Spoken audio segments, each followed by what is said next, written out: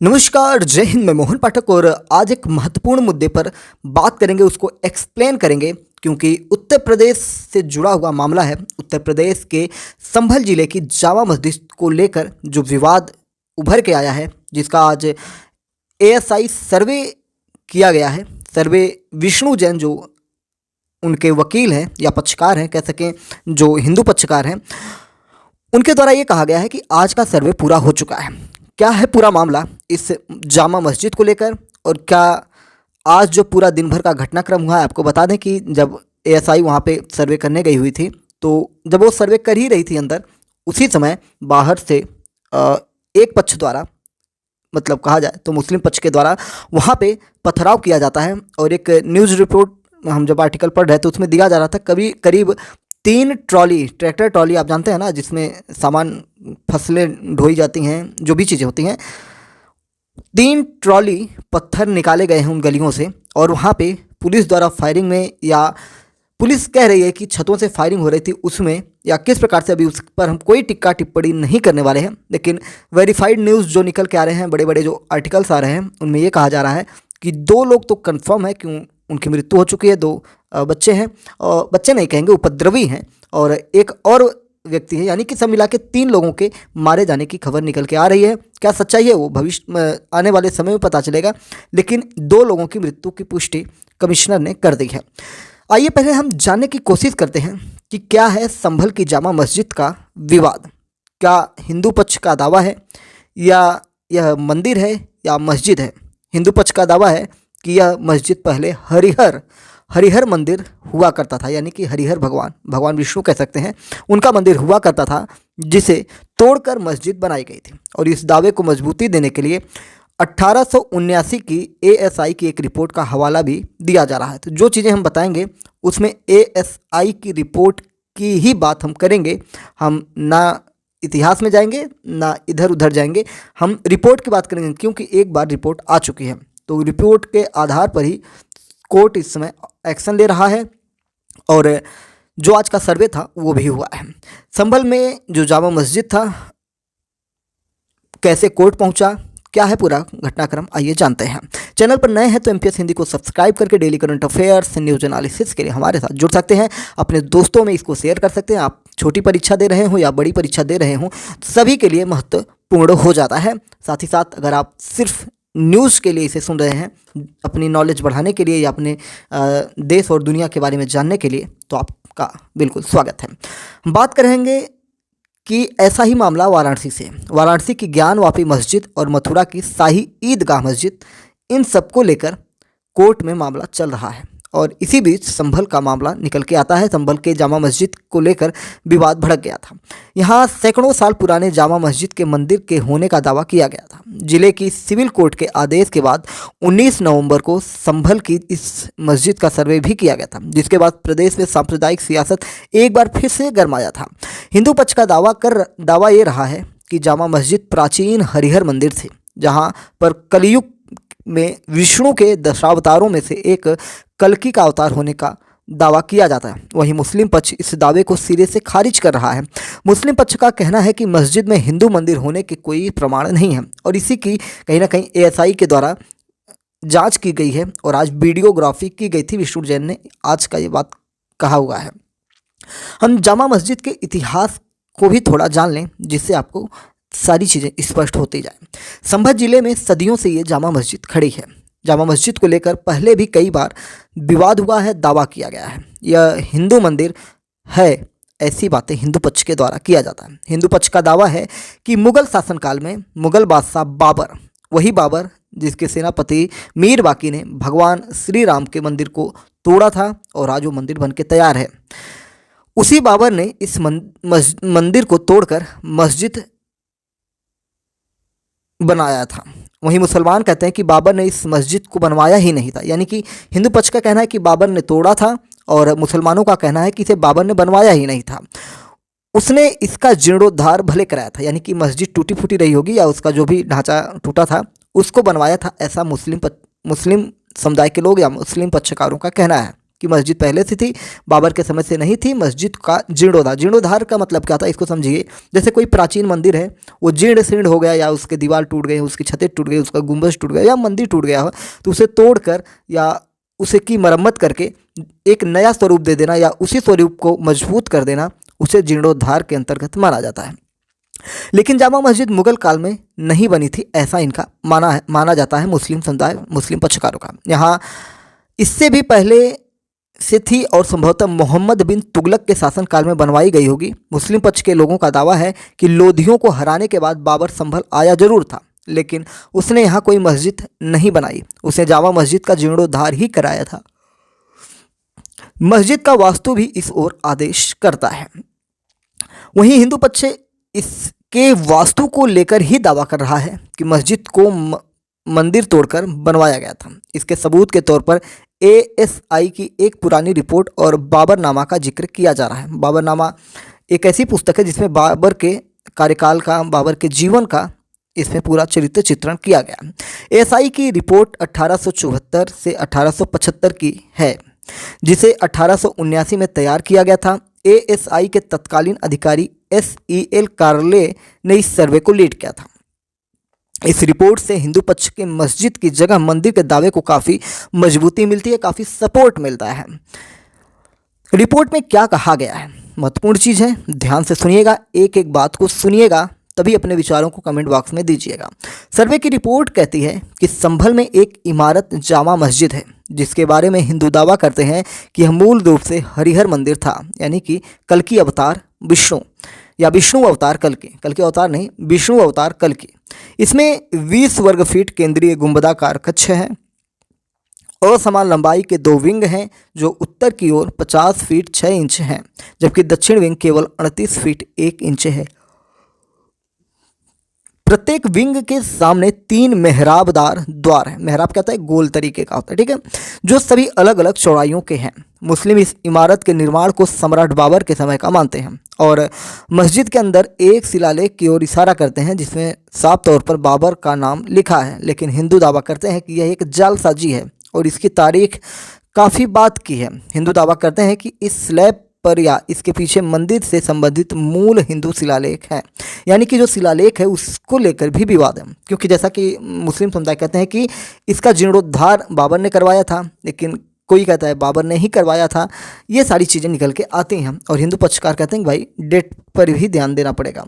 मुस्लिमों ने क्या कबूला, रिपोर्ट में लिखा है कि संभल के कई मुसलमानों ने मेरे यानी कि जो सर्वे के अधिकारी थे उनके सामने कबूल किया कि बाबर के नाम वाला शिलालेख जाली है और मुसलमानों को इमारत पर गदर के समय या उससे थोड़ा पहले यानी लगभग 25 साल पहले ही कब्जा मिला था। उन्होंने इमारत पर बलपूर्वक कब्जा किया था और तब जिले के जज के सामने इस मामले पर एक मुकदमा चला था और मुसलमानों ने मुख्य रूप से जाली शिलालेख और मुसलमानों के एक साथ मिलकर अल्पसंख्यक हिंदुओं के खिलाफ झूठी गवाही देने के जरिए मुकदमा जीता था, यानी कि पॉलिटिक्स हुई थी पूरा जम के।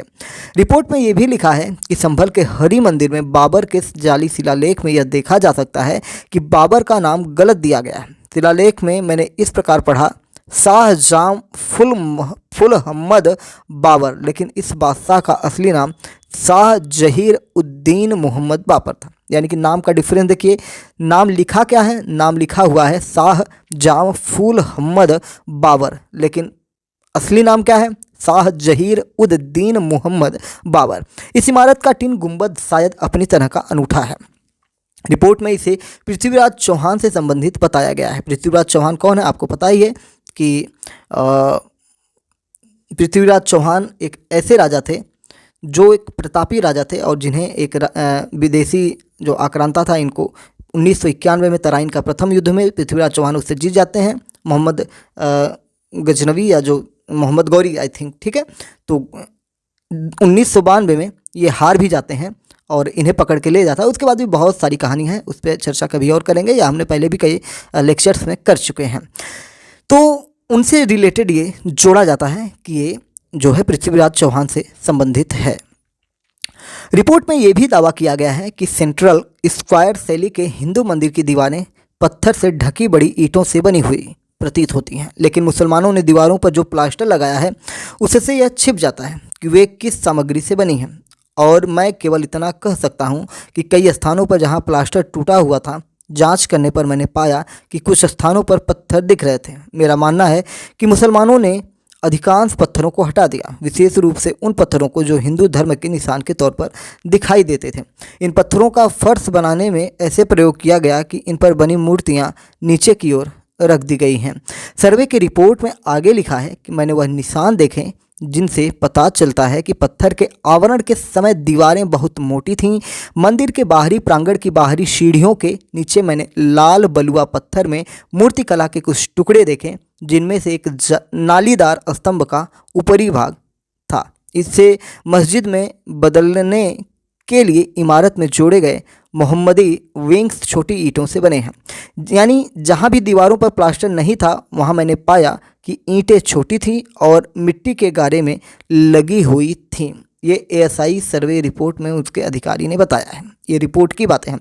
रिपोर्ट के मुताबिक क्या डिफरेंस आ रहा है, तो पुराने हिंदू काम और बाद में किए गए मुसलमानी काम के बीच साफ अंतर यहाँ पे दिखाई देता है। पुराने हिंदू मंदिर को मुसलमानी जोड़ से एक बार में ही अलग से पहचाना जा सकता है, यानी कि दो वहाँ पे स्ट्रक्चर आपको दिखाई देते हैं, यानी कि एक पुराना जोड़ाई, एक नई जोड़ाई, दीवार बनाने की प्रक्रिया या प्लास्टर की प्रक्रिया। भूतपूर्व मंदिर की संरचना के बारे में बताते हुए रिपोर्ट में ये कहा गया है कि चौकोर हिंदू मंदिर में मूल रूप से पूर्वी दीवार में केवल एक ही दरवाज़ा था जो लगभग 8 फीट चौड़ा था, लेकिन मुसलमानों ने 4 और दरवाजे बनाए। इनमें से प्रत्येक 6 फीट चौड़ा था। जाहिर है मस्जिद के मुख्य द्वार के सामने हिंदू आबादी रहती है, जबकि इसके बाकी के 4 दरवाज़ों के आसपास मुस्लिम आबादी रहती है, यानी कि मुख्य दरवाजे के सामने हिंदू आबादी ही दिखाई पड़ती है। तो ये घटनाक्रम जो था पिछले इतिहास को हमने बताया, लेकिन कैसे बताया? एएसआई सर्वे के हिसाब से बताया, जो सरकारी कागजात हैं। बाकी क्या इतिहास है उसमें मैं पढ़ने वाला नहीं हूं, क्योंकि हमें इसी से ही जानकारी लेनी है। बाकी कभी और कुछ जानकारी मिलेगी तो उस पर चर्चा कर लेंगे। आज क्या घटनाक्रम हुआ है उसको डिटेल में आपको बता देता हूं। उत्तर प्रदेश के संभल जिले में जो मामला आज हुआ है वो कहीं ना कहीं पूरे देश को सोचने पर मजबूर कर दिया है कि किस प्रकार से घटनाएं बढ़ती जा रही हैं, चाहे वो मुस्लिम पक्ष के हों, चाहे हिंदू पक्ष के हों, या प्रशासनिक चीज़ें हों। क्योंकि जो एएसआई की आज जांच होने वाली थी, इसमें पहले से ही जो वहाँ के मौलवी मौलाना हैं उन लोगों से चर्चा की गई थी और वो लोग तैयार थे कि हाँ जांच करवा लीजिए, क्योंकि इसमें कोई जो भी चीज़ें होंगी स्पष्ट हो जाएंगी। लेकिन वहाँ जाने के बाद घटनाक्रम ही कुछ और हो गया। जैसे ही कार्यवाही शुरू होती है वैसे ही पत्थरबाजी शुरू हो जाती है। जैसा कि मैंने बताया कि कई ट्रैक्टर वहाँ से पत्थर निकले हैं। घटनाक्रम आज यानी कि रविवार सुबह जब टीम वहाँ पे पहुँची तो टीम के पहुँचने के बाद वहाँ पे स्थानीय लोगों की पुलिस के साथ धक्का मुक्की होने शुरू हो गई। कुछ ही देर में लोगों ने पुलिस पर पथराव करना शुरू कर दिया, जिससे इलाके में तनाव पैदा हो गया। पुलिस ने स्थिति को काबू करने के लिए वहाँ पे जो प्लास्टिक जो गोलियाँ होती हैं, यानी कि जो क्या कहते हैं उसको, आई थिंक जो भी हो, बंदूक से जो गोली निकले, पायलट गोली कहते हैं या जो भी है, उसका प्रयोग किया। ऐसा कई जगह मिला, लेकिन मैंने उसको देखा नहीं कहीं पे चलाते हुए, क्योंकि इस समय इंटरनेट और वहाँ पे वीडियोग्राफी सब बंद है। पुलिस अपने हिसाब से सब चीज़ें कंट्रोल करे, क्योंकि वहाँ पे किसी समुदाय विशेष से लड़ाई ही नहीं, वहाँ पे पुलिस और मुस्लिम समुदाय के लोगों से लड़ाई हो रही है, क्योंकि ये प्रशासन और जनता के बीच की लड़ाई है। ठीक है, तो ये किसी प्रकार का दंगा कहें या ना कहें, ये कैसे स्पष्ट होगा ये मैं भी स्पष्ट नहीं कर पा रहा हूँ। किसे दंगा कहें या प्रशासन की खिलाफत कहें, लेकिन जब दंगा किसे कहा जाता है? जहाँ तोड़ फोड़ हो, आगजनी हो, प्रशासनिक जो रूल्स हैं उनको तोड़ा जाए, तो उसे दंगा की श्रेणी में रखा जाता है। इसे आप एक दंगा कह सकते हैं, एक बड़ा दंगा कह सकते हैं। प्रशासन क्या करता है? पुलिस ने स्थिति को काबू करने के लिए हवाई फायरिंग की, आंसू गैस के गोले छोड़े। जामा मस्जिद के पास पत्थरबाजी और आगजनी की घटना पूरे प्रदेश में इस समय देश में चर्चा का विषय बनी है, और सब कुछ पुलिस के कंट्रोल में है या नहीं ये चीज़ें भी क्लियर नहीं हैं। वरिष्ठ अधिवक्ता विष्णु जैन ने अपने पिता व वरिष्ठ अधिवक्ता हरिशंकर जैन सहित 8 लोगों की ओर से 19 नवंबर को सिविल जज ने वाद दायर किया था। उनका दावा है कि संभल की शाही जामा मस्जिद हरिहर मंदिर है। कोर्ट ने वरिष्ठ अधिवक्ता रमेश राघव को सर्वे के लिए एडवोकेट कमिश्नर नियुक्त किया। कोर्ट ने सर्वे का वीडियोग्राफी व फोटोग्राफी का भी आदेश दिया। यह 29 नवंबर तक कोर्ट में प्रस्तुत करने के लिए कहा गया है। कोर्ट के आदेश पर 19 नवंबर की शाम को टीम सर्वे करने पहुंची। टीम ने करीब 2 घंटे तक सर्वे किया। इस दौरान भारी संख्या में पुलिस फोर्स तैनात रहा। 22 नवंबर को सर्वे के बाद पहली जुमे की नमाज हुई। सुबह से ही बड़ी संख्या में विशेष समुदाय के लोग यानी कि मुस्लिम समुदाय के लोग एकत्र होने लगे। पुलिस ने मोर्चे को संभालते हुए मामले को शांत कराया। साथ ही मस्जिद के चारों ओर कैमरे लगवा दिए कि कोई अनहोनी हो तो हमें पता चल सके। 24 नवंबर यानी कि आज की सुबह एडवोकेट कमिश्नर की अगुवाई में दूसरी बार टीम सर्वे करने पहुंची थी। सर्वे की सूचना इलाके में आग की तरह फैल गई। जैसे ही लोगों को पता लगा कि मस्जिद की ओर भीड़ पहुंचने लगी और सुबह करीब 9 बजे भीड़ को हटाने का प्रयास किया गया तो पहले धक्का मुक्की हुई और बाद में भीड़ ने पथराव कर दिया। पुलिस ने हवाई फायरिंग कर भीड़ को भगाने का प्रयास किया और बताया जा रहा है कि दूसरी ओर से भी लगातार फायरिंग की गई है। डीजीपी प्रशांत कुमार ने स्टेटमेंट जारी करके कहा है, क्या कहा है ये जानिए। कोर्ट के आदेश पर संभल में सर्वेक्षण किया जा रहा है और कुछ असामाजिक तत्वों ने पुलिस प्रशासन के ऊपर पथराव किया है। पुलिस पथराव करने वालों की पहचान करेगी और उन पर उचित कानूनी कार्रवाई करेगी। वहीं उत्तर प्रदेश में डिप्टी सीएम उप मुख्यमंत्री केशव प्रसाद मौर्य ने भी स्पष्ट कर दिया है कि दंगाइयों को किसी भी तरीके से बख्शा नहीं जाएगा और प्रशासनिक अधिकारियों की माने तो इनके ऊपर एनएसए जैसे जो आरोप हैं वो लगेंगे, यानी कि नेशनल सिक्योरिटी से भी रिलेटेड चीज़ें इन पर लगेंगी। एसपी कृष्ण कुमार ने कहा कि न्यायालय की टीम सर्वे कर रही थी, तभी कुछ लोगों को एकत्रित किया गया, पथराव किया गया। पुलिस टीम ने हालात को काबू करने की कोशिश की। सर्वे पूरा हो चुका है। सुनियोजित तरीके से ये सब किया गया है। पुलिस की लिखी गाड़ी टारगेट की गई, यानी कि जिन जिन गाड़ियों पर पुलिस लिखा हुआ था उन गाड़ियों को तोड़फोड़ किया जाएगा।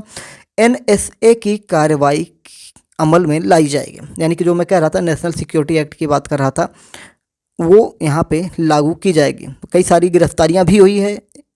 ड्रोन से निगरानी की गई है। कुछ उपद्रवियों को हिरासत में लिया गया है। उनके पास से आपत्तिजनक सामग्री भी बरामद हुई है। पुलिसकर्मी घायल हुए हैं और इनका इलाज चल रहा है। सभी का मेडिकल भी कराया गया है। घटना के बाद पुलिस ने संभल में स्थानीय लोगों से मस्जिद का सर्वेक्षण करने के लिए वहां पहुंची।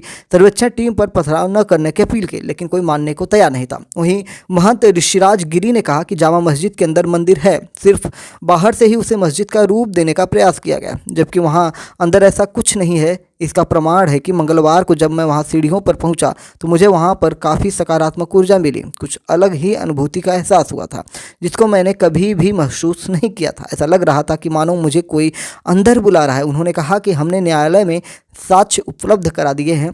जल्द ही सभी लोगों को भगवान हरि के दर्शन होंगे।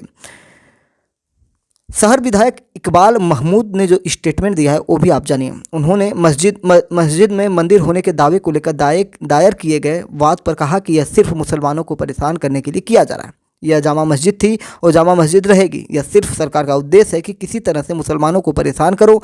ऐसे में मुसलमानों को परेशान करने के लिए यह बात की जा रही है, वरना यहाँ कोई बात ऐसी नहीं है।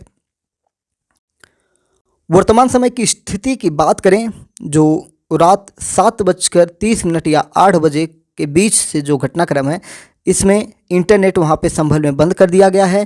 करीब 15 से 20 पुलिस वाले बुरी तरह से घायल हैं, उनको भी चोटें लगी हैं। पत्थरे और आगजनी को कंट्रोल करने की कोशिश पुलिस के द्वारा की जा रही है। और भी वहाँ क्या घटनाक्रम हो रहे हैं वो किसी को पता नहीं चल रहे हैं, क्योंकि यहाँ पे मीडिया और जो सोशल मीडिया है सब चीज़ों को वहाँ पे अभी फ़िलहाल के लिए बंद किया गया है कि किसी प्रकार से और बड़ी अनहोनी ना हो। साथ ही साथ संभल की हिंसा में 3 मौत की बातें निकल के आ रही हैं। इसको भी लेकर कन्फ्यूजन है कि पुलिस की तरफ से ये मारा गया है या दंगा में ये मारे गए हैं। तो ये सारी चीज़ें स्पष्ट होंगी भविष्य में कि किस प्रकार से क्या हुआ। जब जाँच होगी तभी पता चलेगा। तो उम्मीद है कि अभी तक के घटनाक्रम और इतिहास जो भी इसका एएसआई का सर्वे था पुराना और आने वाले सर्वे के बारे में जो भी जानकारी थी हमने आपको बता दी है। इसीलिए हम कहते हैं कि एमपीएस हिंदी पर आपको रहना चाहिए, जिससे आपको बिल्कुल करेक्ट और प्रामाणिक चीज़ें प्राप्त होती हैं। जय नमस्कार, भारत माता की जय।